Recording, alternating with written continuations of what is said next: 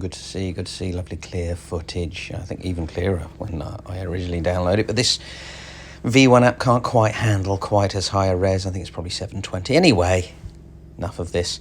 We'll subject the swing to the normal rigours. I've deliberately gone in, watched all of that very informative stuff diligently, and out of it I decided that I would probably focus our attentions on what we do want to do rather than what we maybe don't want to do. I know that isn't music to the average golfer's ears, but I just think it's like just see if you can match your intentions in terms of what you're trying to do. What you're trying to do can't be too far away from what we're after, because you can get this type of thing from it. So setup looks as usual exquisite. Let's subject it to the normal rigours, just our stock little sort of sideways on. How mechanically simple are we keeping this? How straightforward are we making it?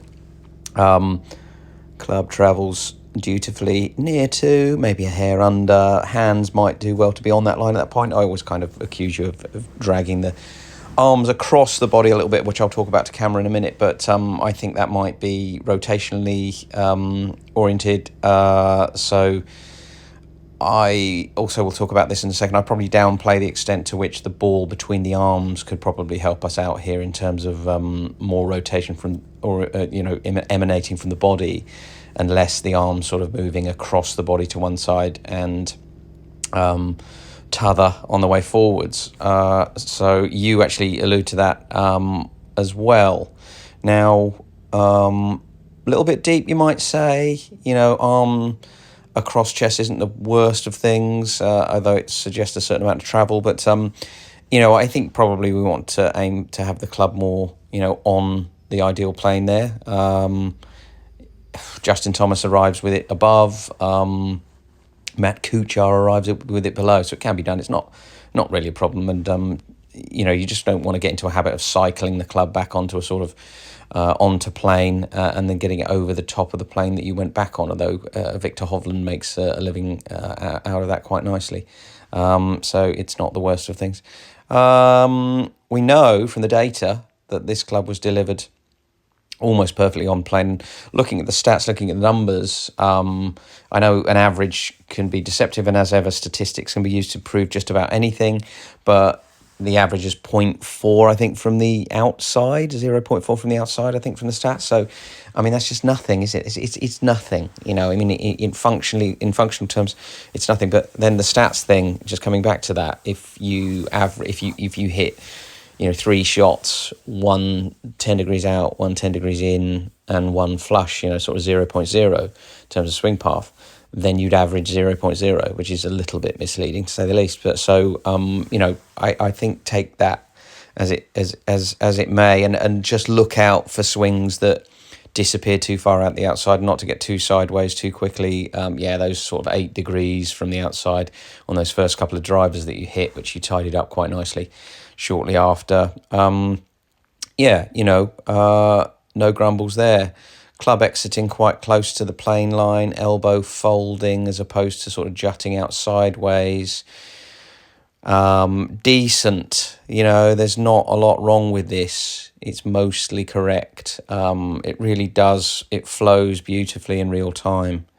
It's got a lovely rhythm to it, lovely grace, lovely elegance and smoothness, and we can sometimes forget how good that is. And it looks very stable and very balanced. There's very little in the way of loss of control of the body and total loss of control of the club and the ball. But a lot of shut face shenanigans. So I think that really, that was the trend, wasn't it? Clearly, just whether the path was good or not, the face was closed to the path. So that really, you say you were eager for my thoughts, dear boy, then that really is the thing I would sort of want to decode as quickly as possible. Anyway, let's just skip on to the driver. Driver down the line. Sexy, everything. Are you a little bit leaner, dear boy? I'm sorry to imply that maybe you've been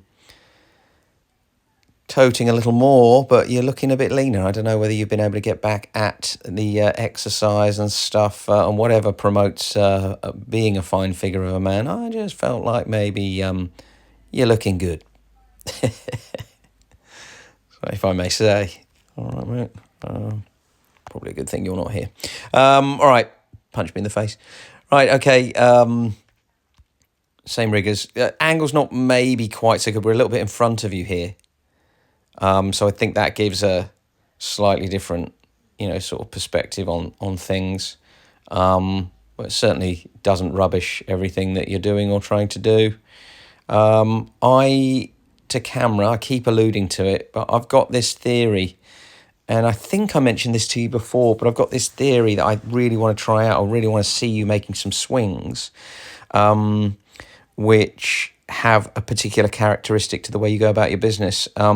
You actually demonstrate it, and because at the time of commentating, I am not able to put the commentary on top of the piece of footage that I'm referring to, I'm just going to splice in a thing that you talk about, and I want you to observe the way that you do it.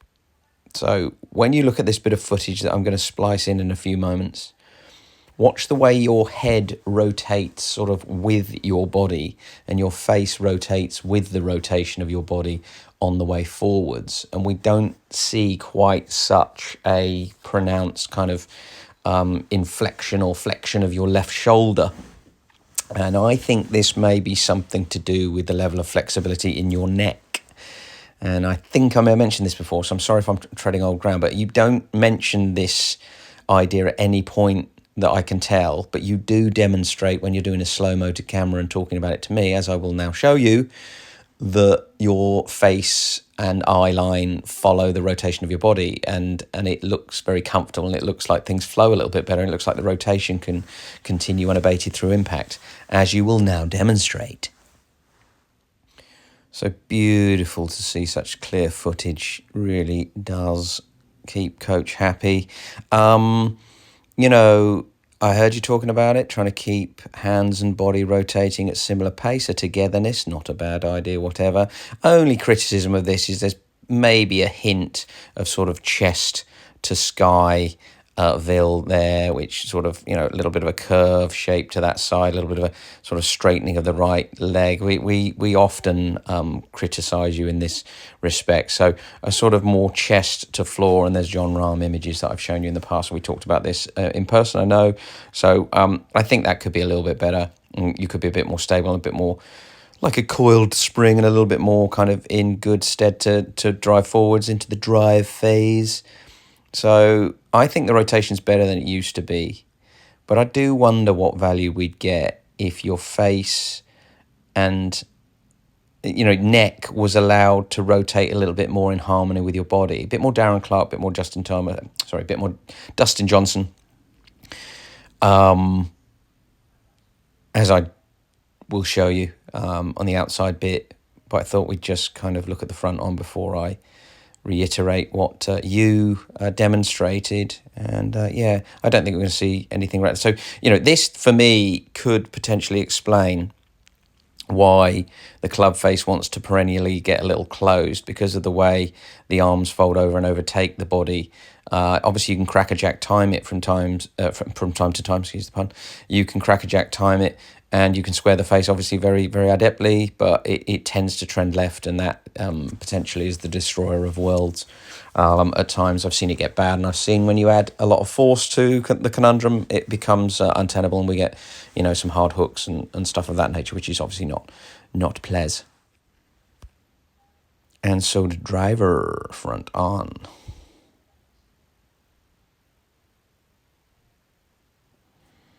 So the only kind of, I could critique your backswing in the same way we did. Actually looks a little bit more composed, a little bit more kind of even, a little bit more stable, less sort of chest to sky, less, curve left side, tall right side.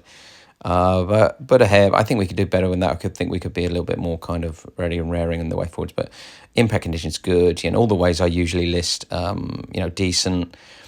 Left arm has got to be longer than right arm for impact. But again, hands perhaps overtaking, their elbow disappearing behind you quite urgently. I think muscles connected to your neck might well be worth an investigation and worth drilling and worth some front-on images where you do the following. idea, which I'm going to demonstrate from outside. Off I go. See you in a minute. Kind of pinched together, kind of nice connection to the torso. You know, it's my torso rotating that's starting the backswing, like nothing kind of army disconnected. So that kind of synchronous, letting the club kind of lag at the top and then rotate all the way through whilst keeping my upper arms connected to my body. That's what I'm going for. Not always with great success, but yeah. Right, Dress Down Fridays, Ed, you'll have to take me as I am. No jazz music in the background. How civilised, by the way. Absolutely loving that. What a vibe. Mate, yeah, so a couple of points. I'm going to be possibly uncharacteristically concise today, but the ball, I sometimes don't really emphasise the fact that ball between arms really does insist that body rotation is adhered to. I often talk in terms of it keeping, containment of the club, in that dimension, which is absolutely significant, so it has many-fold benefits. I don't really hit balls with this between my arm, but I do like doing a fair amount of reps of rehearsal swings. Really does emphasize how much the body and arms rotate together, so totally agree with you on that one. Go for your life on it.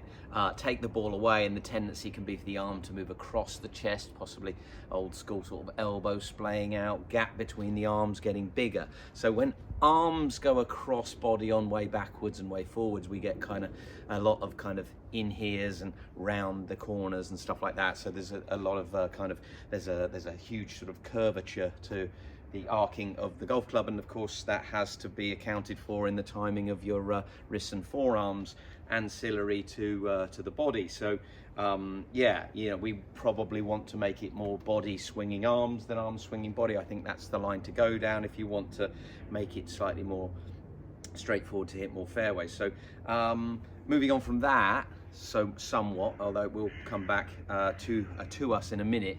Moving on from that, we don't really want to see straightening here too much, chest to the sky too much. We've talked about that. Try and keep the forward bend vibes where you keep the chest feeling like it's looking towards the ground on the way back, and I think from there we can really kind of do our thing. So this really, you just showed us this on camera, off camera, on camera.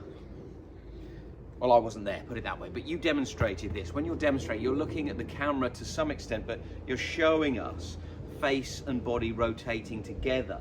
And the act of rotating like that, I wonder how much the restriction that is going on in your neck when you're perhaps dutifully trying to keep your eyes pointing this way and your neck articulated so your face is looking at the ball, how much is that restricting in here? Almost looks a little like that. And this part of your body's fighting to find a way through, and the danger is that that kind of hoiks the club around you a little bit, exaggerating the point to make the point somewhat, to say the least. So this drill, I do actually do this. I think I might have shown you it, possibly might be labouring the point a little bit. Apologies if I've forgotten. But I think it stands up to repetition. I think you set up, I've got a T-peg here. If you're a little bit afraid of this one at first, just do it with a T-peg, or you don't even necessarily need to do it with a ball present. I think certainly in due course I would actually hit balls like this, and it might even be the way you hit balls in future. Annika Sorenstam, Dustin Johnson, Darren Clark, David Duval, eat your heart out. But when you hit through, the idea that you'd allow your face to point in the direction you're hitting and the club is on the right hand side of you and square to the target, you can achieve all these things without looking at what you're doing and restricting your body's forward rotation. Because if you think about it, you can only rotate so far forward at the behest of your neck until something has to give, and the arms then carry on, and then the body can, pursue that. But I think watch as I do this exercise. I'm going to actually hit this peg, decent bold backswing, full scale, full size stuff. But when I hit, my face will appear to be pointing towards the bird table, or towards the fence there as I hit. And what we should observe is that my arms, if you slow this one down in your own time, my arms will appear like they're at their full length, and they can eventually overtake and fold later in the sequence. So much more a feeling like the hands and arms are still in front of the chest, but that can only occur if you rotate properly. You can only rotate properly, I suspect, if you liberate your neck from staying in this realm. So we want to kind of free up that body rotation. Just get used to the, try not to be too disconcerted by the fact that you're no longer looking at the ball. Ask yourself what I say to the blind pupils that I've coached in my career. Do I tell them to keep their eye on the ball? No, I don't, Ed, funnily enough. So chest to ground and then, all right? So we're hitting through with a feeling that we're looking towards the target on the way forwards. T's disappeared.